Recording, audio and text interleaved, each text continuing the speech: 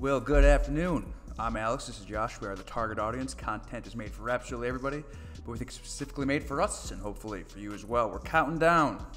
2 more episodes left. Today, episode 24. No, you know what's better than 24? 25. I knew I'd mess it up. Bread and Circuses. It's weird, man. It's like, I remember like us being like, I don't know, like 10 episodes into season 1, like, oh my God, we have so much to go. And now it's like, oh my God, we're already ending season 2 already. It's kind of scary. It's weird. Yes, and speaking of ending season 2, Tuesday, December 13th, if you're watching this video before Tuesday, December 13th, we're going to be watching the season 2 finale of Star Trek The Original Series, which is Assignment Earth, live on our YouTube channel for everybody. We'll post the scheduled stream so that you can see the exact time. I'll try to do that a couple days beforehand so that you can get ready for it. Have your episode ready to sync up with us and watch that finale with us as kind of just a celebration for the whole target audience to enjoy together. Of course, don't worry if you can't make the live for whatever reason. The episode will still come out as normal a few days later. But we're not there yet. I just wanted to let you know. Today, Bread and Circuses, I'm very excited because my man is back, Ralph Sinensky, directing this one again. I love basically every episode he's done so far. And, we get comments, oh, TV directors don't matter that much as movie directors. And honestly, I can't think of a better show than Star Trek to use as an example to disagree. Because every episode by Ralph I've really loved, and there are some directors, I won't name them, but it's every time they come up, I'm not really a fan. I don't think that's pure coincidence. So I'm really excited. Beyond that, of course, I have no idea what the episode's about, but ready to jump in. Yeah, for me, my short-term memory is terrible, so I would have to need like an Excel chart with every episode and which directors. Because even like saying titles, I'm like, what happened in that one? Because I guarantee 2 months from now, you say Bread and Circuses, I'm like, what are you talking about? So, maybe we'll discuss that for whatever this is. But yeah, I'm just ready to jump in. Absolutely. And if it's your first time here, we have watched every episode of Star Trek The Original Series in air date order up to this point, and beyond that have not watched Star Trek, so this is our first time watching this series. So make sure to subscribe. You can join us on this journey, complete the 3rd season with us, and then as we go on to the animated series and the movies and Next Generation and all of that, become part of the target audience. All the way up to Star Trek Picard, but it's going to take a little while. Years to get there, yeah.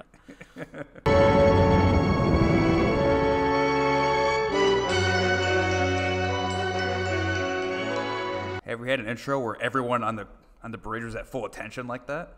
Yeah, that was interesting. Standard orbit around planet. There may be survivors there. Jim, I believe you knew him. Captain R.M. Merrick. Yes, at the academy. He was dropped in his 5th year. He went into the merchant service. Okay, someone from Kirk's past. Definitely Class M. Somewhat similar to Earth. Just once I want him to come across a planet nothing like Earth. I think I can pick up something visual. It's a news broadcast using a system I think they once called video. Television was the colloquial term. Nice. That's funny. He's rounded up still another crucible of disobedience by well-treated, well-protected, intelligent slaves. Now turning to the world of sports and bringing you the taped results of the arena games last night. Whoa! The first heat. What kind of mix of human history is going on here? What are we seeing? 20th century Rome? At least there were some survivors down there. Ready the transporter room, Mr. Spock. Oh, don't tell me the ship crashed and they assimilated this planet. Because if that's the case, come on. So one YouTube channel that popped up in my recommended shows the CGI comparison from the original to the remastered.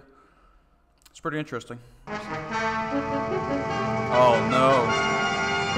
I like the 2 moons in the sky. Probably the biggest positive of shooting on the location, though, is these cool faraway shots you can get that you can't get on a set. Yeah, true.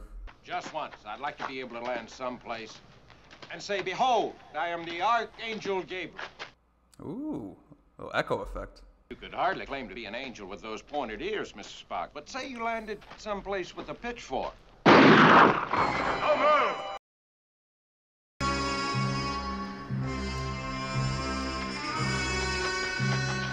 Interesting shirts. These must be the slaves. Move. Move. The one dude in the back is covered in dirt. Oh, maybe these are like slaves that have escaped the society? It's better to kill a few of them than all of us. Wait. I can prove we're telling the truth. A small device. I'll take it out slowly. Scotty, B, what's up? Scotty, lock in on my transmission beam, including ourselves. How many of us are there? 12, Captain. Continue scanning. We'll maintain transmission. Big out. Tell me the Empire has a device like that, Flavius, and you may kill them. Otherwise, accept them as friends. An amazing example of Hodgkin's law of parallel planet development. But on this Earth, Rome never fell. And trace their line back 2,000 years to their own Julius and Augustus Caesars. Okay, wow. There are no other worlds. The stars. Lights shining through from heaven. It is where the sun is. Blessed be the sun. Captain, I thought you might find this interesting. That is interesting. So, like, Rome never fell, so it's like modern-day magazines, but with the Roman Empire. Will you help us to get to the truth of all this? No. All right, Scotty, beam us up. Were you told why Merrick was dropped from the Space Academy? He failed his psycho-simulator test. All it takes is a split second of indecision. Odd that these people should worship the sun. Rome had no sun worshippers. Why should they parallel Rome in every way except one? Spock's like, I don't know, beats me. Flavius will guide you. May the blessings of the sun be upon you. Interesting cut. I wish I was more well versed in Roman history. I wish I was a little more prepared. Yeah, I mean, it's like we get the gist. There's gladiators, there's, you know, emperors. It's like, okay, I think I get it. I like Spock's hat. He always has that damn beanie. For 7 years, I was the most successful gladiator in this province.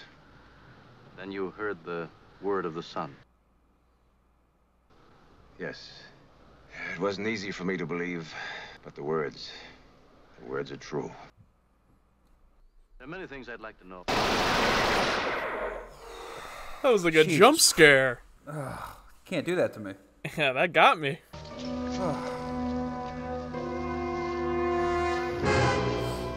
They look like the cops from Spaceballs. Flavius Maximus. Well, he tried. Had some balls for, you know, attacking 4 dudes with weapons. Yeah, just surrounded. Well. Oh, not slave. Barbarians. Barbarians die in the arena. Okay, they're gonna take place in some gladiator games. Might be fun.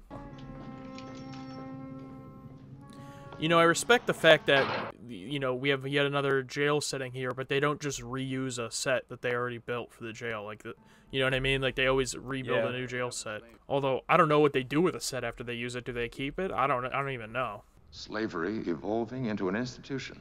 Quite logical, I'd say, Mr. Spock. Doctor, if I were able to show emotion, your new infatuation with that term would begin to annoy me.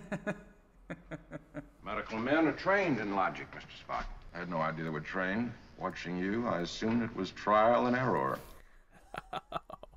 Dude, Spock has had the zingers lately with Bones.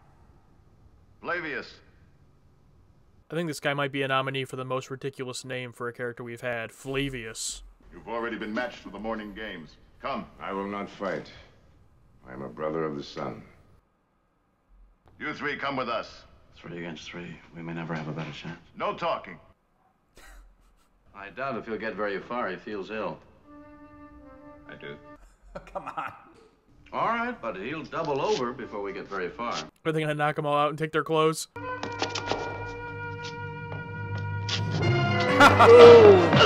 See that? No look. And I love the cops look right into the camera.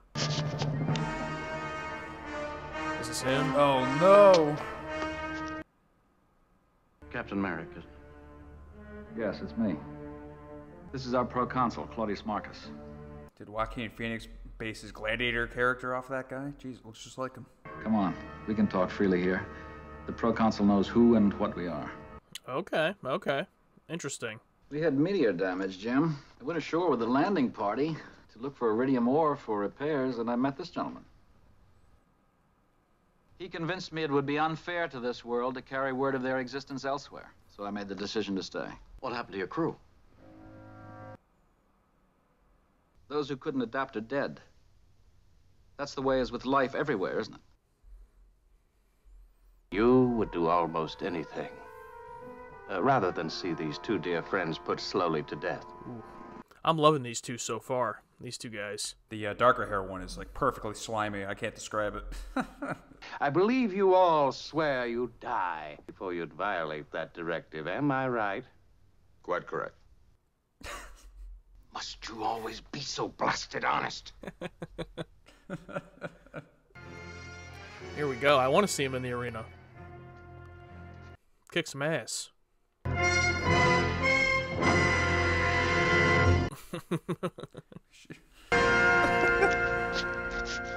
Oh, wow, it's a set.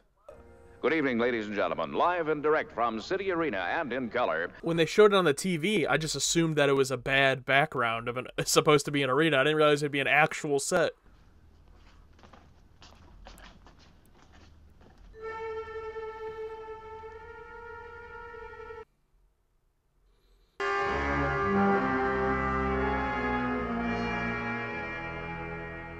Stand by, 10 seconds.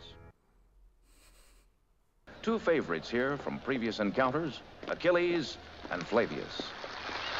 Oh, no. Oh, shit. The applause and cheer sound effects.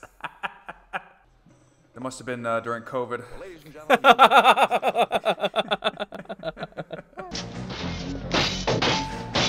I was going to say, does Bones even stand a chance? Does he have any combat training at all? All defense. You bring this network's ratings down, Flavius, and we'll do a special on you. My gosh. You bring the ratings down? At least defend yourself. I am defending myself. I'm a doctor, not a gladiator. Need any help, doctor? Whatever gave you that idea? Dude, DeForest Kelly was like on something these last few episodes, dude. He's in the zone. Ooh, there you go.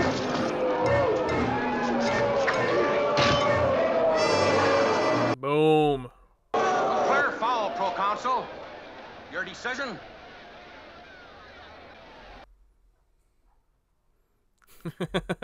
Take them back to their cage. Well, it was definitely one of the most unique sequences we've seen in this show. That was a lot of fun. I was told to wait for you. Oh, no. Damn it. His true weakness. Blonde women. I am proconsul slave Drusilla. Although for this evening, I was told I am your slave. Command me. Unlock the door. Let me out.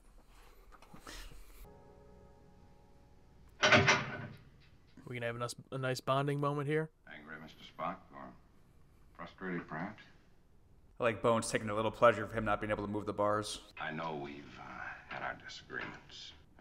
Maybe they're jokes. I don't know. As Jim says, we're not often sure ourselves sometimes. Well, what I'm trying to say is you saved my life in the arena. Yes, that's quite true. I'm trying to thank you, you pointed-eared hobgoblin. Humans have that emotional need to express gratitude. You're welcome, I believe, is the correct response. Why you're not afraid to die, Spock? You're more afraid of living. Each day you stay alive is just one more day you might slip and let your human half peek out. Why you wouldn't know what to do with a genuine, warm, decent feeling. You're trying to get your ass beat, dude? Dangerous game. I know. I'm worried about Jim, too.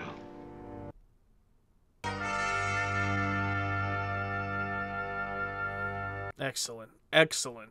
I don't know why you're worried about Jim. He's doing yeah, just fine. Don't be worried. Doing a lot better than you are. She got to him. Yes, the classic pan up to the lamp or light window. And the lights goes out. It was me, Kirk. You slept with me. Would you leave us, Merrick? The thoughts of one man to another cannot possibly interest you. Jeez. Where'd that come from? Oh, I think he just sealed his downfall there. He's Yeah. gonna. I mean, there's been like no hints of that at all. They've been totally in sync the whole episode, and then he just throws that out there. Because you are a man, I gave you some last hours as a man. I appreciate that. I think this guy's getting too drunk on his power. Don't move. You'll only die harder. Oh, it's Flavius. Oh! Oh my god. Oh! I forgot they had machine guns. Guards, don't let him Oh, here we go.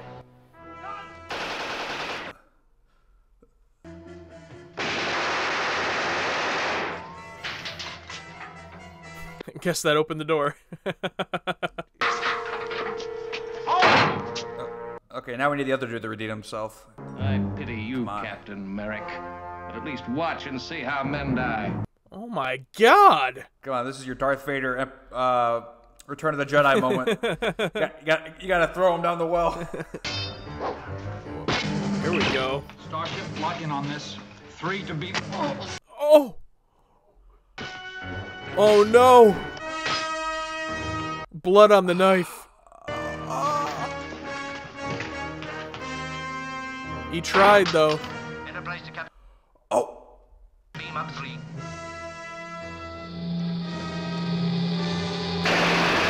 Oh, shit! Oh, the bullet holes in the wall. That's cool. Cool touch. Is that gonna be it?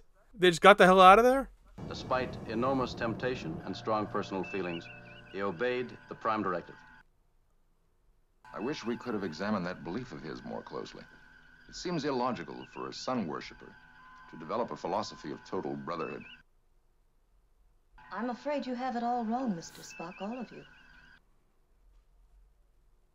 Don't you understand? It's not the sun up in the sky. It's the Son of God. Caesar and Christ, they had them both. But it will happen in their 20th century. Wouldn't it be something to watch, to be a part of? Mr. Chekhov, take us out of orbit, ahead, warp factor 1. Hi, sir. Just Chekhov's grin. He enjoyed that conversation. That might be contender for fastest episode ever. Like, when we realized it was over, I couldn't believe it. Like you said, when they got back up, I checked the time. I'm like, no way. I thought we had at least another 20 minutes. That was crazy.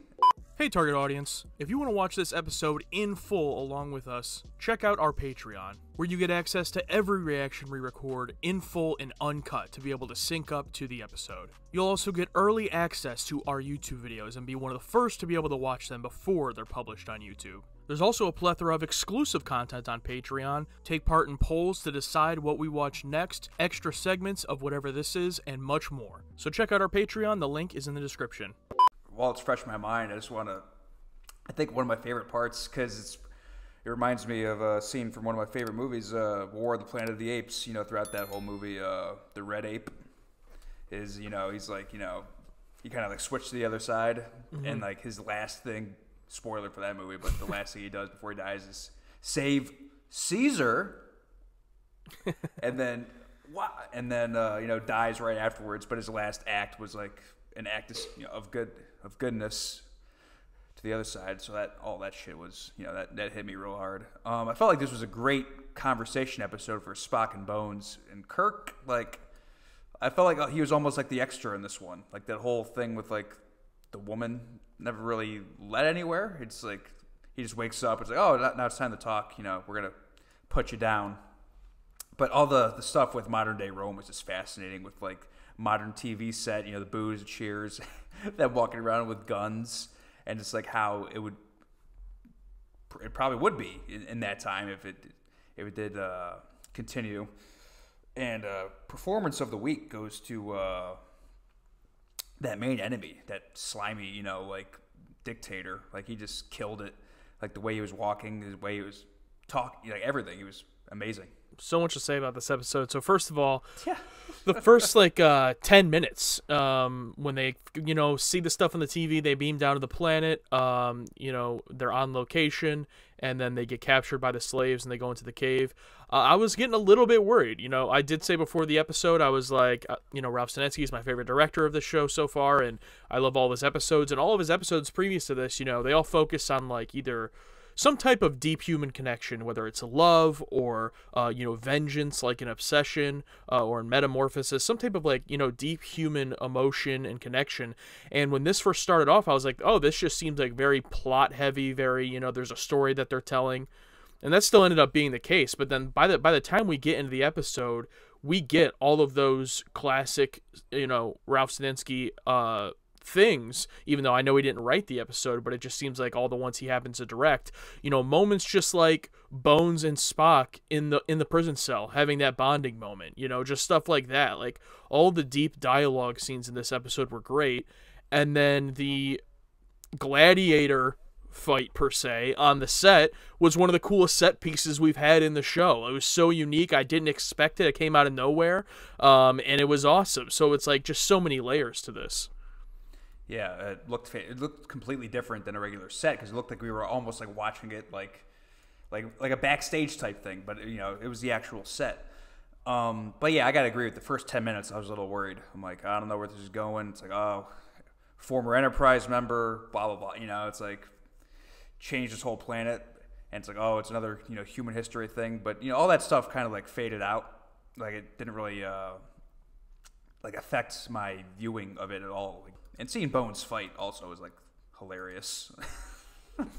Yeah, that was very funny. And DeForest Kelley, I said it multiple times in the reaction, but just his acting, his past few performances have just been on another level recently. Like the emotion, the intensity he brings, he's always been great, but like he's really brought like this raw intensity to the character that, you know, has really taken it up a notch. So that when he goes back down to having these more subtle, you know, emotional conversations, it really adds a layer to his character, seeing that intensity and also the humor too that comes with it. The humor between him and Spock has also really kind of stepped up a level in the last few episodes. So just great, you know, from a writing perspective and a performance perspective, great stuff there. And yeah, it's like outside, you know, once we got into the episode, it just started surprising me more and more. It's so refreshing because a lot of times it's the opposite. A lot of times it's, you know, it has been like, oh, I'm really interested in this hook and in this premise, and then it ends up letting me down. And in this one, it was like I wasn't really bought in at first. I was pretty apprehensive, and by the end of the episode, I ended up loving it. Like it just brought me into it, you know, more and more. That the more they got into it, it never got to a point where I felt like, oh, this is too far or this doesn't make sense. You know, too much of a reach. Like I bought all of it.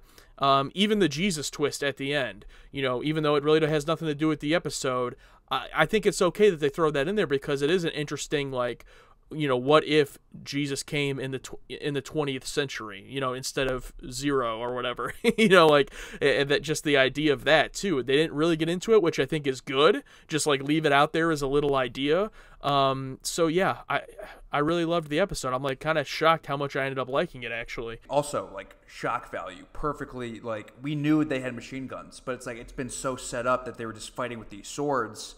When like when Flavius came out and they just gunned him down, it was like so unexpected, like a perfectly executed jump scare, like establishing swords, and then just get mowed down. It's like, oh.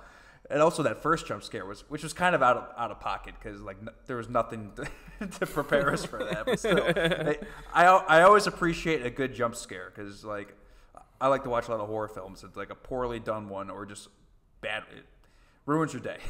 But like two good ones like that where it's like basically the same thing, because it did it to us twice. almost. The first one was like super shock, but like the second one, like they totally like swayed us. It's like, oh, sword fighting, and then I can go on for days about this episode. Really cool stuff. I would definitely watch this one again. And I also wanted to say we rag on the on-location shooting a lot.